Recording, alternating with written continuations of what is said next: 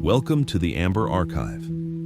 There is one image that has come to define the ultimate meaninglessness of existence. A man alone, pushing a colossal boulder up a mountain only to watch it roll back down moments before he reaches the summit, doomed to repeat this action forever. This is the myth of Sisyphus. For centuries, this story was a simple cautionary tale about a king who dared to defy the gods. But in the 20th century, amidst the rubble of world wars and the collapse of old certainties, this ancient Greek myth was resurrected. It became the central metaphor for a profound philosophical concept, the absurd. Today, we are not just telling a myth. We are exploring the question that defines the modern condition. If life, like Sisyphus's labor, is ultimately futile, then what is the point? Why continue? This is the story of Sisyphus, and why, as the philosopher Albert Camus declared, one must imagine Sisyphus happy. Before we analyze his fate, we must understand his crime. Who was Sisyphus? In Greek mythology, Sisyphus was the king of Corinth. He was renowned not for his piety, but for his cleverness, his metis, a kind of cunning, strategic intelligence. He was a trickster who believed he was smarter than the gods themselves, a mortal who refused to accept his mortal limitations. His transgressions were severe. He violated Xenia, the sacred law of hospitality, which was one of the core pillars of Greek society. In the ancient world, Xenia was the divine contract between host and guest, protected by Zeus himself. It was the glue that held civilization together. Sisyphus shattered this contract. He would murder travelers and guests who came to his city, using their bodies as a gruesome display of his power, a warning that he was a law unto himself. He also betrayed the secrets of the gods. In one famous tale, he witnessed Zeus abducting a nymph, Aegina. He then offered this information to the nymph's father, the river god Asopus, in exchange for a fresh water spring for his city, Corinth. He traded divine secrets for municipal infrastructure. He saw the cosmos as just another political game to be manipulated. His most audacious crime, however, was a direct assault on the fundamental order of the universe. When Zeus, furious at this betrayal, sent Thanatos or Death to claim Sisyphus, the king did the unthinkable. He feigned curiosity about the chains Thanatos brought, asking for a demonstration. When Death ineptly chained himself, Sisyphus captured him. With Death imprisoned, a strange chaos fell upon the world. Mortals could no longer die. The old and sick suffered without release. Battles were fought, but no one fell, their bodies horrifically wounded but unable to pass on. The natural cycle of life and death, the very thing that gives life its structure, was broken by one man's arrogance. Ares, the god of war, enraged that his craft had become a pointless and bloody stalemate, finally intervened. He freed Thanatos, who promptly took his first victim, Sisyphus. But even in the underworld, Sisyphus had one last trick. He had instructed his wife, Merope, not to perform the proper funeral rites, leaving his body unburied. This was a calculated move. Once in Hades, he approached Persephone, queen of the dead, and put on a pathetic display. He argued that he had been unjustly taken before his rites were complete, and that his wife was dishonoring him.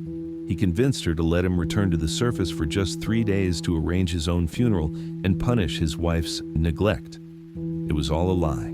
Once back in the world of light, Sisyphus reveled in his stolen life, refusing to return. He lived on for many more years, mocking the gods he had outsmarted, until Hermes, the divine messenger, was sent to drag him forcibly back to his final judgment.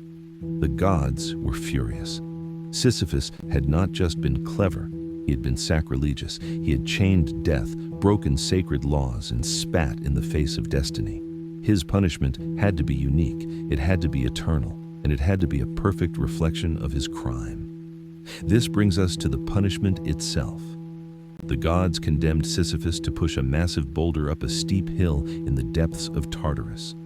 With agonizing effort, straining every muscle, his body slick with sweat, his face contorted in exertion, he would push the rock, nearing the very peak. And just as he was about to succeed, the rock, by its own weight, would escape him and thunder back down to the bottom. He would then have to walk back down, his body aching, his spirit crushed, only to begin the entire process over again. This is the essence of his contrapasso, a concept we explored in our analysis of Dante's Inferno.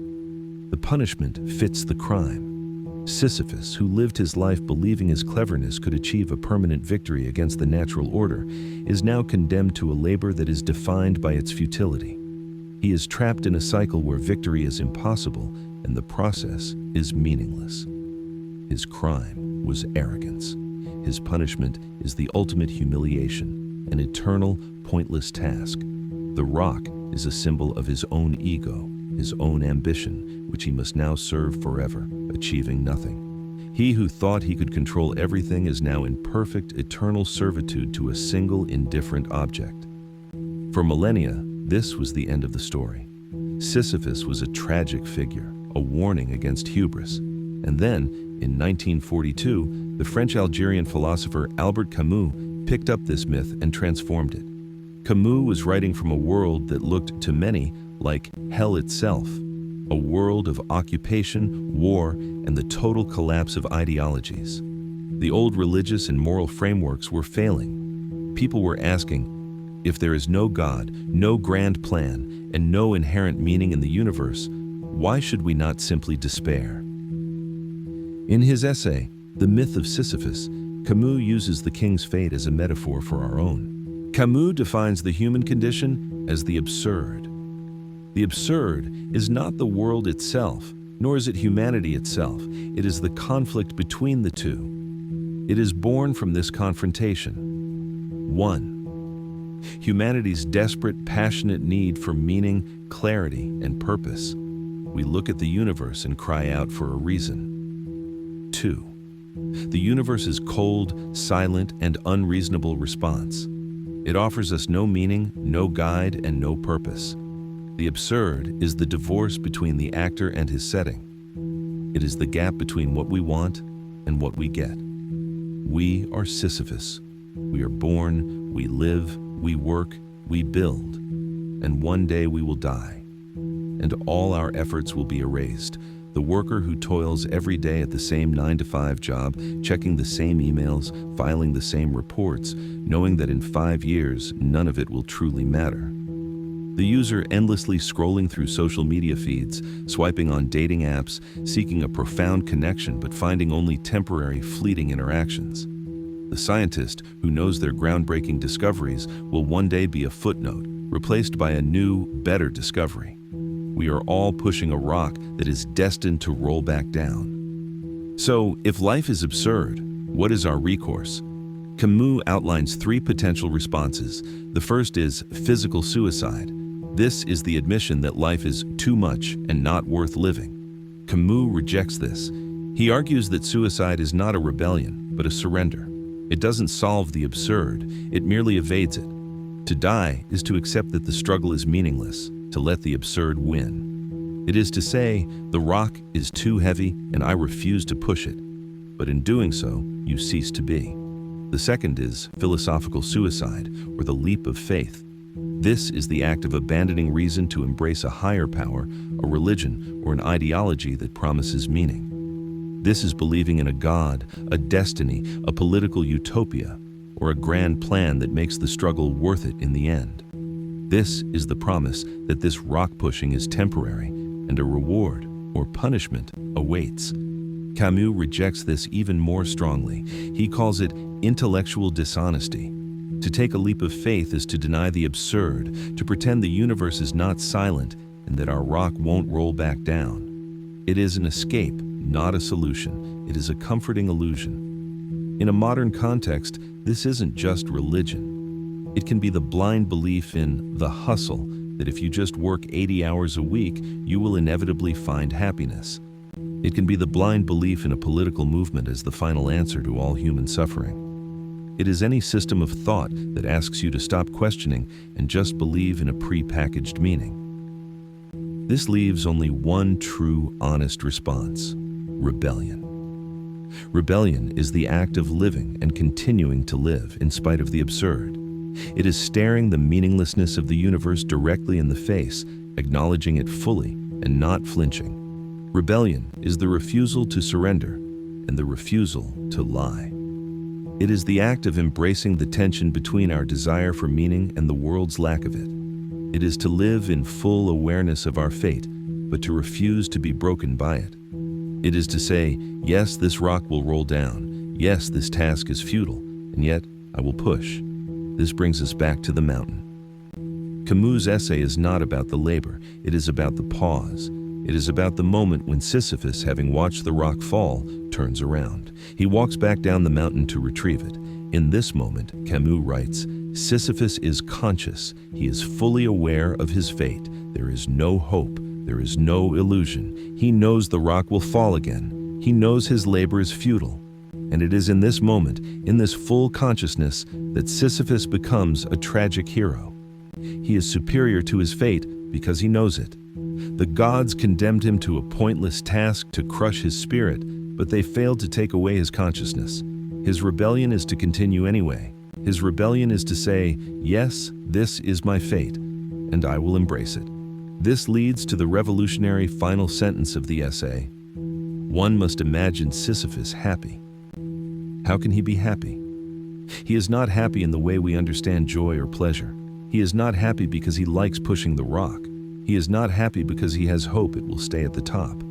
He is happy because, in a universe without inherent meaning, he has created one. His meaning is his rebellion. His meaning is the scorn he feels for the gods who condemned him. His meaning is the human dignity of showing up to his task every single day. The struggle itself becomes his purpose. The rock is no longer just his punishment. It is, Camus says, his thing. His fate belongs to him. By accepting his fate without surrender, he has transcended it. He has found freedom not from his struggle, but in his struggle. This is the absurd hero, the person who, knowing that the 9-to-5 job may be pointless, that relationships may end, and that life is finite, still chooses to live with passion, to love with abandon, and to create with fervor. It is the office worker who knows their report is futile, but chooses to write it with dignity and precision, not as a slave, but as an act of personal defiance. It is the artist who creates, knowing their art may never be seen, but creates anyway, because the act of creation is the rebellion. The absurd does not command us to despair. It commands us to revolt. What the myth of Sisyphus, archived in the amber of Camus' philosophy, truly teaches us is that our lives are not defined by the height of our achievements or whether our rock stays on the mountain. Our lives are defined by the dignity, the passion, and the consciousness we bring to the act of pushing it. The struggle itself, Camus concludes, is enough to fill a man's heart. Thank you for joining us in the Amber Archive. If this analysis of the absurd resonated with you, subscribe for more deep dives into the classics that shaped our world. And let us know in the comments, what is the boulder in your own life, and how do you find your rebellion in pushing it? Until next time, remain curious.